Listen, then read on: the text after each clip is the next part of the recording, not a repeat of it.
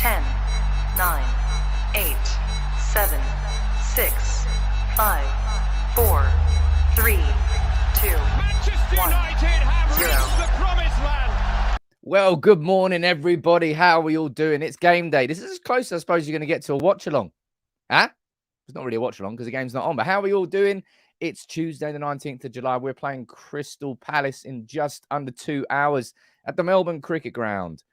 Man United, first couple of games, exciting. 4-0 win against Liverpool, 4-1 win over Melbourne Victory. Let's see what we do against Crystal Palace today. I'm excited about it, and I'll be here after the game with my match reaction. But we're here this morning to speak about Frenkie de Jong. And this isn't a conversation based around speculation.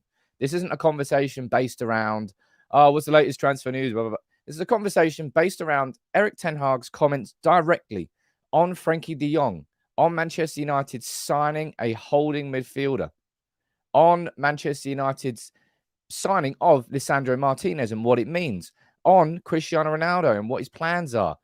Spoiler alert, he has no intention of selling him. Absolutely none. We're going to run through that because the de Jong comments in particular, especially around the holding midfielder, they raise some serious questions that I think, should be discussing this morning. And I will. What else we got covered? We're going to run through the team news. It's probably going to be announced in the next 10 minutes or so. I'll cover that here on the stream. But how are we all doing? So many members down here. Neil, how you doing there, buddy? Sam Rawlinson. Got Mr. Creed, Cliff Nut. Or we got Lou. We've got Gamer, Walking Stoned. Very nice. Jason McCarthy, Ray the Red, Kirito, Yogi, Thomas, Daisy, Paula. So many members now. Honestly, I need to actually check how many members there are. But how are you all doing? I'm loving the shows. I'm loving the growth that we've got going on here. I'm loving the continued conversation we're having in the comments. And with Ten Hag, with de Jong, well, it's exhausting. I mean, I've done so many videos on it. Jeez, we're all wrapped up in it, and we all want de Jong, and clearly Erik Ten Hag wants de Jong.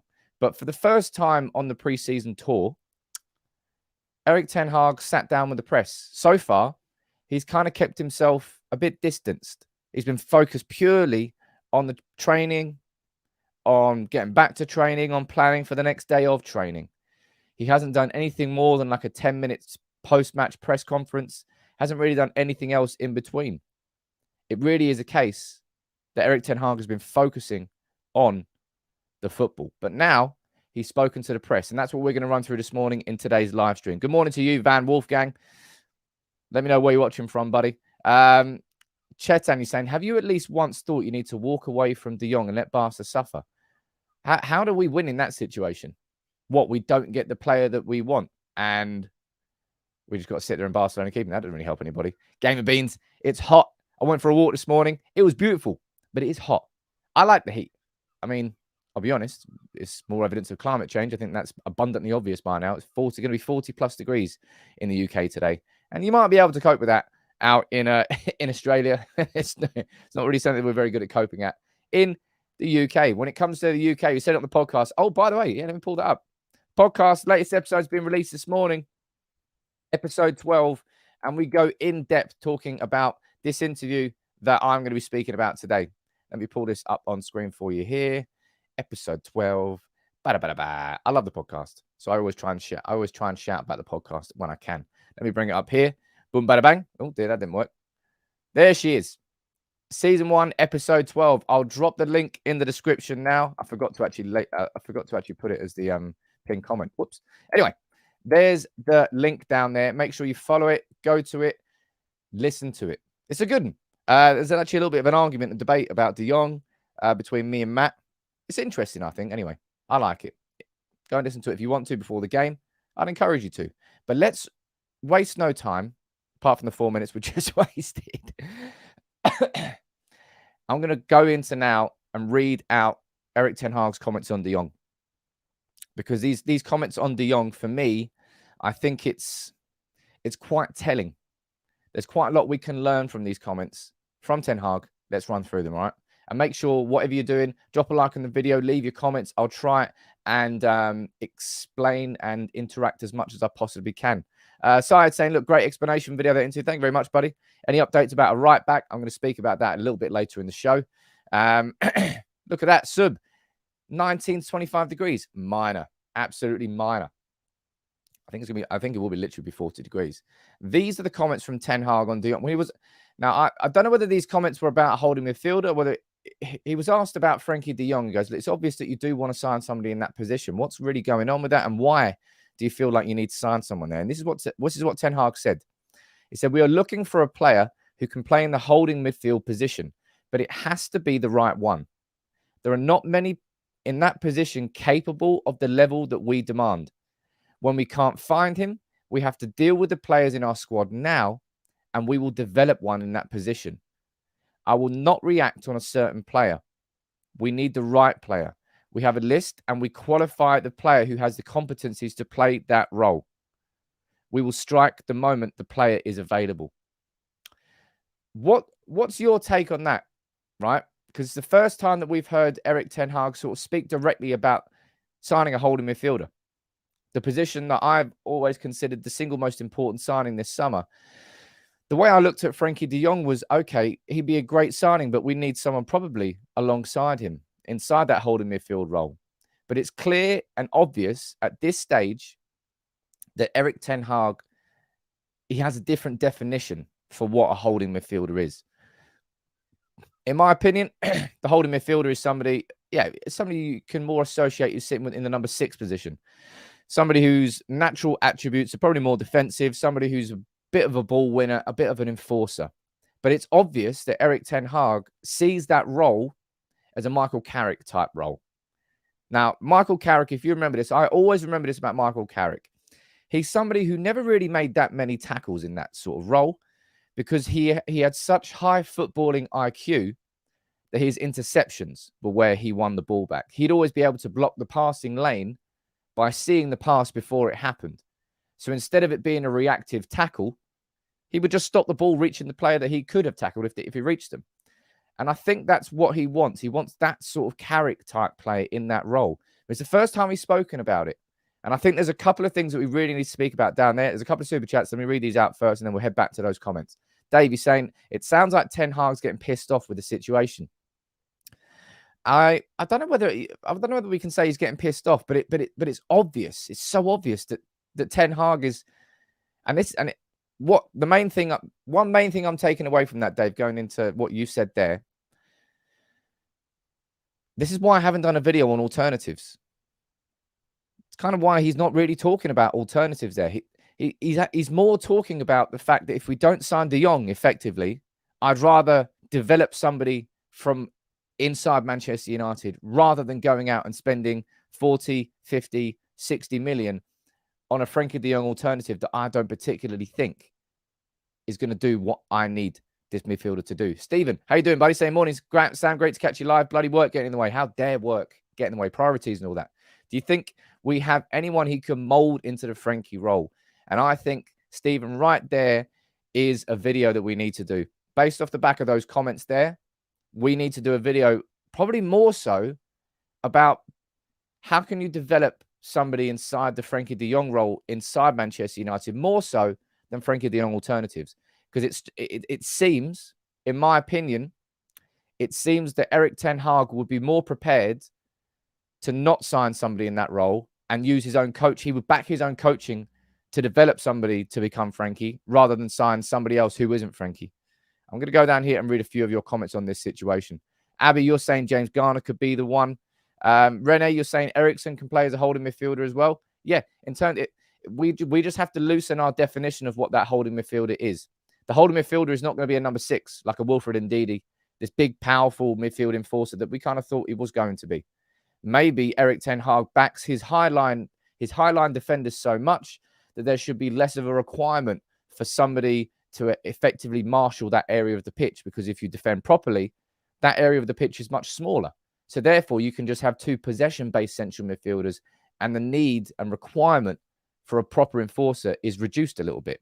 It's certainly, and as I said, this is the first time that we've been able to, I think, really take this Frenkie de Jong conversation forward, rather than repeating standard anger towards Barcelona not selling. Look, if you want to go into that, the latest from that point of view is this: Barcelona's president saying after Lewandowski's deal, we're now looking at strengthening the defense. We competed with PSG and Chelsea for Lewandowski, and he wanted to come to us. We must thank him because he gets less money from us.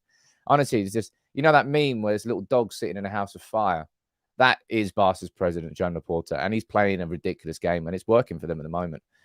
But I'm really interested to read some more of your comments on this. Let me go down here and read a few more. Martinez CDM. As I say, I don't think that we're going to be playing Martinez in that CDM. He can technically play there. But Erik Ten Hag said previously he doesn't particularly have the stamina to play inside that role. Denry, you're saying, I told you a while ago, Sam, Frenkie de Jong should have been developed as a left defensive. I can't even think he kind of was. He can play there for sure. He's played as part of the back three. Michael, you're saying, do you think Ten Hag is starting to think he might not get de Jong? I think it's definitely part of his thinking in saying that. But the main takeaway I'm taking from that is I don't think Ten Hag wants to sign anybody else. I don't think Ten Hag will want Manchester United to go and spend 50, 60 million on Ruben Neves, for example. I think he would rather back himself to develop somebody inside that role. And that's the conversation we're going to have now. And he's saying the atypical holding mid to British mentality is a destroyer, which is great. But it does depend on your playing style. Of course it does. I think it's just the fact that we've looked at the weakness of the spine of Manchester United for so long that we're like, can we possibly go another year without an enforcer? But maybe our style is now going to develop past the point where we need one. And that's something that I hadn't really taken into account when I did that video saying that I think that he's doomed this summer if we don't sign a defensive midfielder to go alongside him. I don't think I'm appreciating how different our system's going to be and how maybe the requirement for that role is going to change a little bit under Erik Ten Hag. West Ham want 150 mil for Declan Rice. Will they price him out of midfield? It's never going to happen. Sky, he's spoken about Donny van der Beek's best position. He said that his best position is a supporting striker behind whoever's playing the number 9 role. That's where Donny van der Beek is at his best. That's where he got into the top 20 Ballon d'Or shortlist. I know. No, right? Donny van der Beek is not going to play there. There is more chance of Donny van der Beek being sold than Donny van der Beek playing regularly for Manchester United as one of those two central midfielders. That's the way I see it anyway. But in terms of developing, obviously, Frenkie de Jong is who he wants. We've known that since day one. And we know full well that Eriksen is a very smart signing. A very smart signing. Similar in every respect to Frenkie de Jong. I imagine if it all goes well this summer and we do sign Frenkie, I would imagine that when Frenkie's not playing, Eriksen is playing. Not to say that they can't both play at the same time, but I think if you look at the way our midfield's shaping up, I imagine it'll be de Jong plus one of Fred or McTominay as a kind of standing, if it all happens. Purely hypothetical here. If it happens, it'll be de Jong plus one of Fred or McTominay. And then when we're rotating in and out, then we're going to be getting Christian Eriksen in there for de Jong, to rest de Jong. And Christian Eriksen there when we want to rest Bruno as well. We can play both of those. But in terms of developing from within, it's where the conversation, I suppose, gets a bit more difficult, right? Anthony saying you clearly don't know how good Donny was playing. I've just made that very abundantly clear. Donny was great, top 20 Ballon d'Or. He did not play in a holding midfield role. He played behind Tadic. Every time Tadic dropped deeper, trust me, I know how Van der Beek played under Erik Ten Hag. Van der Beek would occupy that space that he left behind on the edge of the box. That's where he was. He wasn't back on the edge of his own box. He was on the edge of the opponent's box. And you're saying, questions, Ari, Erik Ten Hag's comments on Donny. We have Mata, who was far, far better at that role and he hardly played. Does that suggest then that the way it's looking at the moment, I'm not very confident about Donny van der Beek's prospects. And that's just from what I've seen. But again, I've told you, you can't make massive judgments on players on the first couple of pre-seasons games, like whether they're going to be great or whether they're going to be bad. It's not looked good for Donny in the first couple of games. The game has been played around him rather than through him.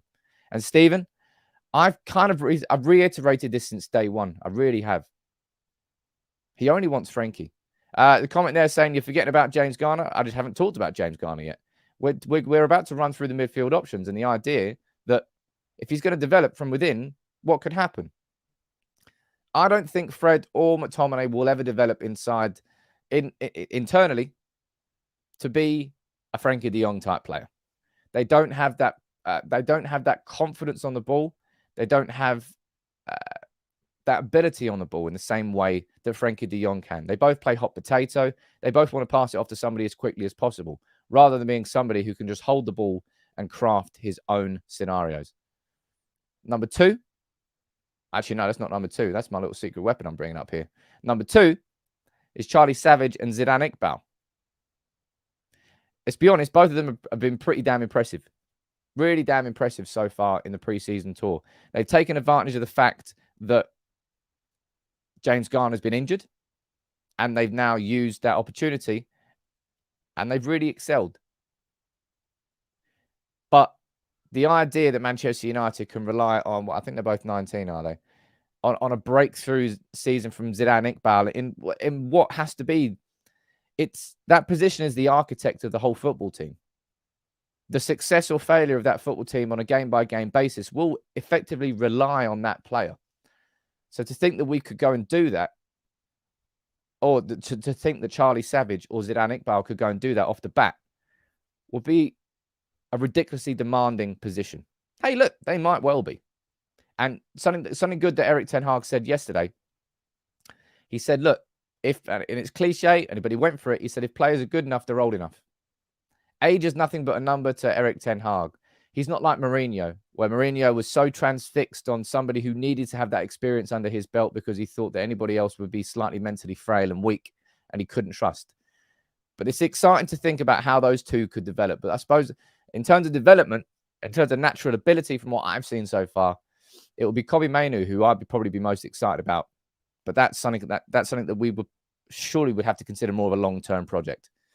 Kobbie Mainoo, 17, signed his first professional contract this year, had a cracking run in the FA Youth Cup. He really did. It was fantastic. And I'm looking forward to seeing how he can continue to develop. I just don't know whether, again, that's a concept that we can rely on. Not for next season.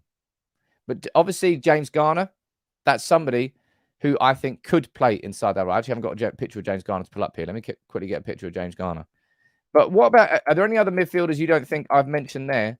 Going back to Erik Ten Hag's comments here, saying, look, we will develop one in that position. Who would you put down as the best choice at Manchester United who you think could actually be developed into a top-level midfielder like Frenkie de Jong? You let me know in the comments below. And let me pull up this picture of James Garner. Sorry, James, I've got to get a picture of you, mate. So horrible to me. There he is, James Garner, right? Had a cracking season on loan. Was it Nottingham Forest? It was Nottingham Forest. Got promoted. He's not a number 6 per se. He's also not as much of a deep playmaker as Frenkie de Jong. It's a little bit different. He is a little bit different. Let me go down here and see what you're saying. Now, remember, by the way, ladies and gents, that you're saying this off the back of 2 preseason games, right? Remember that. And it's something that we've all got to stay massively grounded in. There's no doubt that Savage has been fantastic. I think Savage has shown more composure on that ball than I ever could have expected from him inside that role. I think he really has been very, very impressive. And Zidane Iqbal looks like someone who's got more natural flair to his game. Not only for the fact that he's whipping out Zidane roulettes he seems, he's definitely got more flair to it. They're quite different players, actually. You think Garner and Iqbal. Jason, you're saying Garner. Develop Sam himself. Honestly, I want United to win football. Not let me. If I play football, you're definitely unsubscribe. That's all I'm saying. Let me go up here and read a few more of your comments. Charlie Savage. Get Tielemans in. It's simple. That's what you're saying, Dan. Garner, Iqbal. Notice how none of you are mentioning any other players that we've inside the squad, really, apart from those two. Zidane, Iqbal. And, I mean, it goes to show... It goes to show how little faith a lot of United, most United fans have in our midfield options. And it's just, I don't know. I found that the most fascinating part of that. The whole first part is no surprise. He's looking for the right player. And look, he says that. He repeats this. He goes, we're looking for a player who can play in the holding midfield position, but it has to be the right one. We will go down here. I will not react on a certain player. We need the right player. I think what you're seeing there is just a repetition from Erik Ten Hag of him saying, Frenkie de Jong is my guy. Frenkie de Jong was probably in all the first interviews with Manchester United, Erik Ten Hag slamming it down the table. That's the most important signing. That's the signing I need, right? And of course, Fred, this is going to be something here that was jumped on yesterday by people. Oh, we've got another Glazer puppet in the house.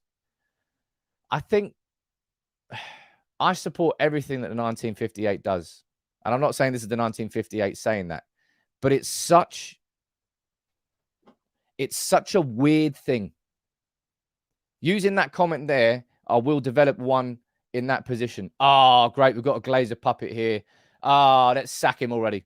Let's get rid of him until we get someone like Mourinho in who just clashes with the board and gets sacked anyway because he gets undermined. It's like, it's a weird flex. It's a weird idea. The reason he is saying that is because he backs himself so much as a coach who develops players. Remember that when De Jong came through, he was just a talented youngster. When De Ligt came through, he was just a talented youngster. Ten Hag coaches players into being world-class players. He has done. He's got a great track record of it. The difference is, and so I spoke about this in the podcast, actually, the difference is that the players who come through the Ajax Academy are ready to play Erik Ten Hag's style of football straight off the bat. He's going to have to teach a lot of these players how to play that. There's going to be a lot of parts of that game that aren't natural to them just yet. But that idea that, he's a Glazer puppet just because he said that he might be able to develop with somebody in that position. It's because he backs himself as a coach. It's got nothing to do with the Glazers. Gibak, Fred might be able to, but realistically, it has to be Garner. Plays an 8 last year at Forest, but he's a natural 6, has the skills for that role. James Garner, I believe, will be playing today, right? James Garner will be playing today. I'm looking forward to seeing it. Team news is going to be out in just a few minutes. The whole of Ajax, he developed that way. Of course they did. But the whole of Ajax's academy below him is developed in a certain style of football that allows Erik Ten Hag to get quite quick results because the players are already naturally in that tune. And hopefully, if Erik Ten Hag stays here for a good length of time, our academy players will start coming up to be more like Erik Ten Hag style of football, more like an Ajax style of play, so that when the players come through, they're going to be more excited, more ready, closer to that first team concept than away from it. But as I said, if I'm talking about overall development inside this academy, I think Kobbie Mainoo is somebody who really strikes me as he could thrive inside that role. That's what I think. So anyway, team news is out. Let's run through this together then here on the stream. Who have we got? Do we have him in? Okay. Well, we've got a debut, full debut anyway. Here is the team news from today's game. Let me pull this up nice and full screen for you here. Is he on the bench? No, he's still not on the bench. Man, he's fucking unlucky. There is no James Garner today. This is the team. You got De Gea in goal with the back two of Lindelof and Maguire. Who are the fullbacks? We've got Malacia and Dalot. So we've got Malacia making his full debut for Manchester United today. In midfield, we've got Fred and we've got McTominay. Up front, we've got Sancho probably on the left. No, Sancho on the right-hand side. Rashford on the left-hand side. Martial through the middle. Erik Ten Hag is not particularly experimenting, I would say. Erik Ten Hag, he's liking what he sees and he's continuing with it. Let's have a look at the bench. We've got Tom Heaton and Kovar there with Bai, Ahmad, Shaw, Alex Telles, Pellistri, Wan-Bissaka, Van der Beek, Elanga, Laird, Chong, Hannibal Fish, Garnacho, Savage, and Zidane Iqbal. What do you think about that? No Varane on the bench. That's a good spot by Ian. Obviously, no Garner on the bench. Mate, fuck's sake. Feel sorry for the lad. This was a big chance for James Garner. Big chance. And he got an injury on day one. Day one of the preseason tour. Really, really unlucky for him. Paulie is saying McFred again. Question marks. I mean, it's preseason. It'll be 45 minutes of McFred. And it'll be 45 minutes of Savage and Zidane Iqbal. It wouldn't change anything if it was Zidane Iqbal and Savage starting the first half and Fred and McTominay coming on for the second. Piro saying if Rashford doesn't fix up, Elanga will take over for sure. I mean, if you're looking at players so far that really have stood out on that preseason tour, you're going for Jadon Sancho probably being number one. I think you're going Anthony Martial probably as number 2. And then the rest of them have all had fleeting moments, really. Bruno Fernandes, I think, looks to be playing a bit smarter. I'm liking the look of Rashford of Fernandes so far. Looks like he's got a bit more composure to his game. No striker in the second half down there. I'll tell you what, one thing I found a little bit strange is the lack of minutes for Garnacho. I don't know whether that's because Garnacho isn't doing it in training, but given that basically everybody's been, Laird's got a chance, Chong's got a chance, no minutes for Hannibal or Garnacho, if I'm correct. And if it has been, it's been like a couple of minutes. Neither of them have had like an extended period. Fred disappoints me, honestly. We already know what they offered to the team. I wanted more minutes for the youngsters. But Fred, sorry, they're going to get 45 minutes. And then the youngsters are going to get 45 minutes. It makes no difference. He's done the exact same thing in every single game. What do you expect all of a sudden Iqbal and Savage, 2 teenagers, to all of a sudden just completely usurp the only senior midfielders we've got inside this squad? It's an unrealistic expectation, people. Neesham, you're saying, look, I want to see Garnacho appearance today. Stephen, what a crap starting lineup. But, oh, my God. It's amazing, honestly. I find it amazing how pissed off people can get at starting 11. Because I remember over the last few years, I remember how many times I've got angry at starting 11 and we've gone on to win a game. And I remember how many times I've been really happy with the starting 11 and we get absolutely steamrolled. Sometimes it doesn't really matter.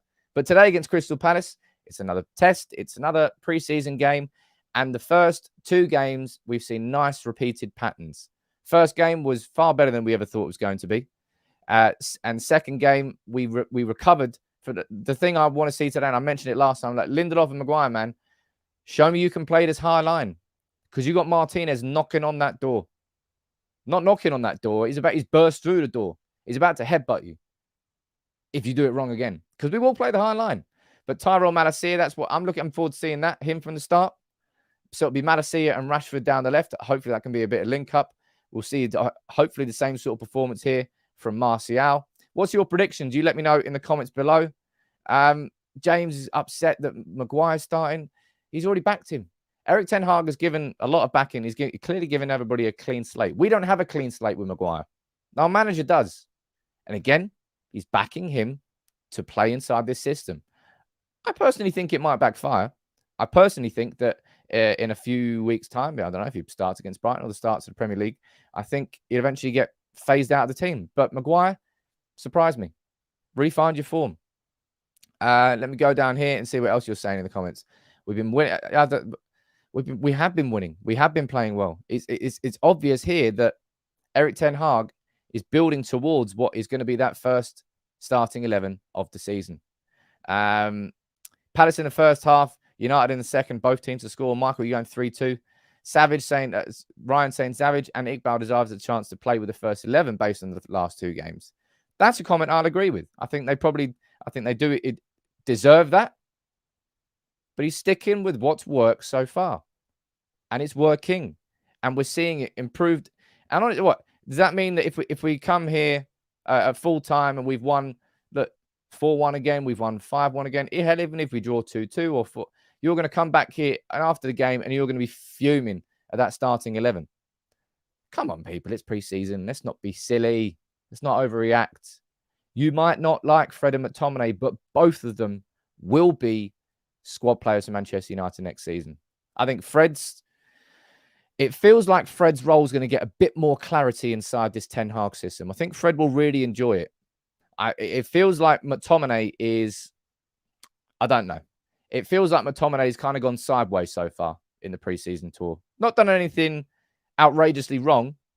Not done anything particularly spectacular. Even though he scored, massively deflected effort. He's been outperformed by Iqbal and Savage so far. McTominay's got to improve on that. Fred, I've got no doubt that he's going to be a very decent player for United next year. It's just, it's because we've all been stained by what Fred and McTominay meant inside the old Solskjaer system, inside the old Rangnick system, because there was so much space between our midfielders, our 2 holding midfielders, and our attackers, that those 2 massively uncreative players from deep didn't know what to do, got stuck on the edge of their own box so often.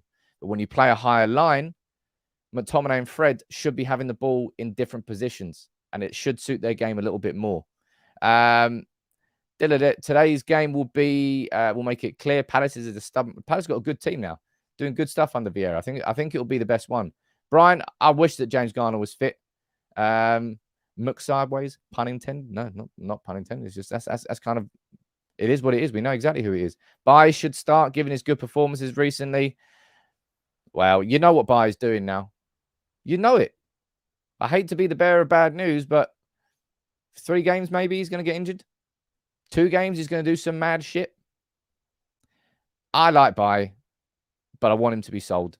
I want Manchester United to cash in on Erik Bai. He's 5th choice centre-back. Bao on the podcast, he would argue that Bai should be ahead of Lindelof in the pecking order. I think Lindelof's fine as the 4th choice. I think our top, in no particular order, but the top 4 centre-backs, we know who they are. It's Martinez, it's Maguire, it's Varane, it's Lindelof. Bai will not be starting for Manchester United regularly next season. All right? We should be selling him. We should be getting some money back into the squad that we can reinvest into other positions. Steve down here saying, look, lads, stop moaning about preseason games. We won both easily. I wouldn't like to see the comments if we lost. Look, Steve, I said this as well. Like, the 4-0 win over Liverpool, if that had been flipped on its head and it was 4-0 to Liverpool, geez, everybody would have been losing their mind. Oh, Ten Hag's lost the dressing room already. Oh, no one's listening to Ten Hag's style. Has he got control of that team? Oh, blah, blah, blah, blah, blah.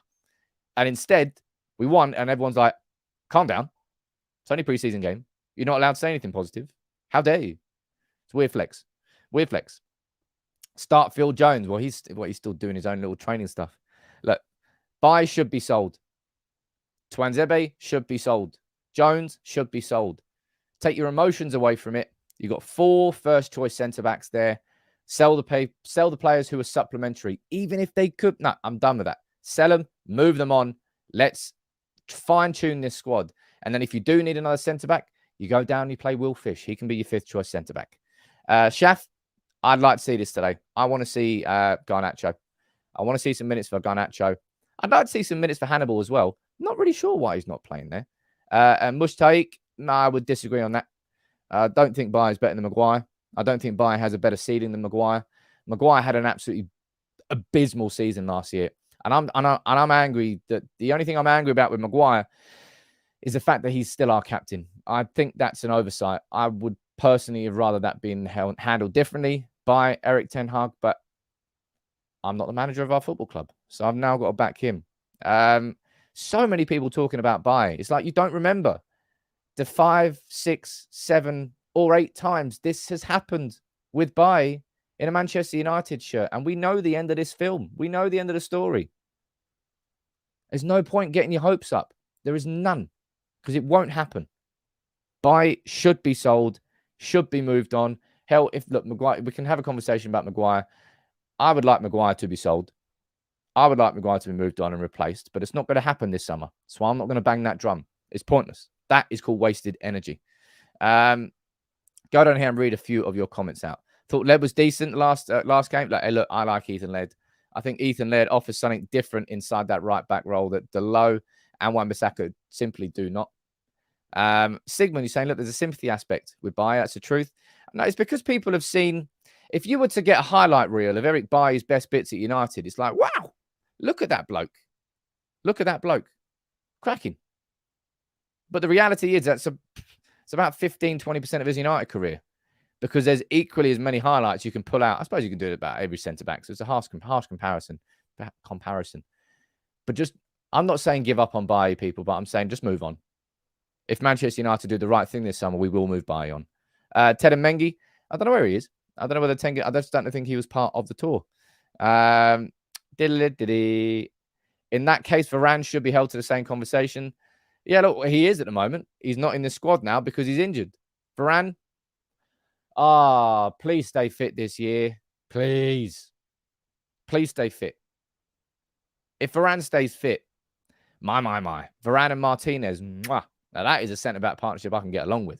But judging from last year, Varane's going to fall into the Bai camp. Perkins saying you thought the same about Martial a few weeks ago. Now you've seen that we need him. that's because Ronaldo's decided not to turn up, or it's family issues. Let's see what goes on there. I still don't really know about that whole situation. I find it very weird that Ten Hag hasn't spoken to him at all.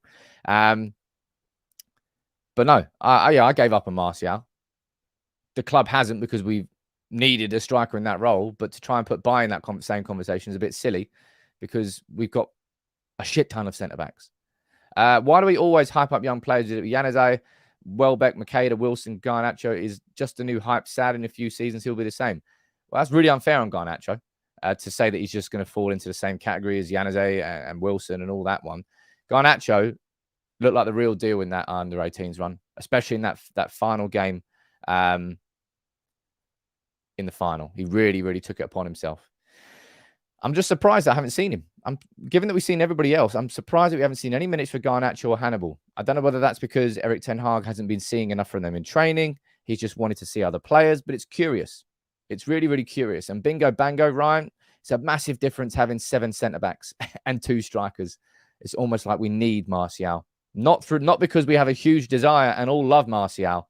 It's because we're stuck between a rock and a hard place and we have no other options. We've got options as centre-back. We've just signed a new one. This is where you got to take the emotion out. The sympathy. But if Bailly stays fit, sod that. Move it on, man. Part that conversation. I'm done with it. Get the money in. Reinvest. Sell a player now when we can get money for him, rather than waiting another couple of years and we sell him for a massive, massive loss, which is typically what Manchester United do. Sarab, what are you saying, sir? He's given more game time to the folks most likely to start regularly this season, hence the need to adopt the system better. Others are projects being explored, so I don't mind today's lineup. People just seem to, I don't know, like getting angry. They seem to like getting, not like getting angry. It's just that everyone's scarred by McTominay and Fred and what happened last season, and they just want that new slate. They want everything. They don't want to see the names there. They want something new, and therefore something hopeful that you can think about. But Fred will be a better player this season. I think McTominay, I don't know. My judgment's reserved on that. I'm pretty confident that Fred will be better than... And I thought Fred was... As far as good players go last season, Fred was one of them. One of the least shit ones. That's what I would call him anyway. Sell Maguire, Lindelof, if that's what we're doing. Well, it's not going to happen. It's not going to happen. So why am I going to waste any... Look, it's not going to happen. Certainly not this season anyway. Maybe that's a conversation for a year's time. But for this summer, it's about Bailly, it's about Jones, it's about Tuanzebe. Then maybe a year down the line, we can talk about replacing one of Maguire or Lindelof because it makes more sense. You can get that done. Rashford masterclass today. I hope so. But Rashford's been a little bit shaky this year, I think so anyway. Let's go down here. Savage and Nick Bauer played better in a worse side than Fred and McTominay did with the first 11. Is that the same Fred that scored an absolute worldie from 25 yards? Again, I'll tell you one thing that's really, really hasn't helped Fred is the fact that every time you have a conversation about Fred, you never just... I'm not saying that comment there. It's always Fred and McTominay. Hardly ever do you have a conversation purely about Fred. It's Fred and McTominay. It's McFred. It's those two together. And therefore, you can't have a conversation about Fred without mentioning Scott McTominay. They're different things, man. They're different. They're completely different things. Fred on his own as an individual, I think is going to be a player that really suits this Erik Ten Hag system naturally. And I think he'll thrive this season.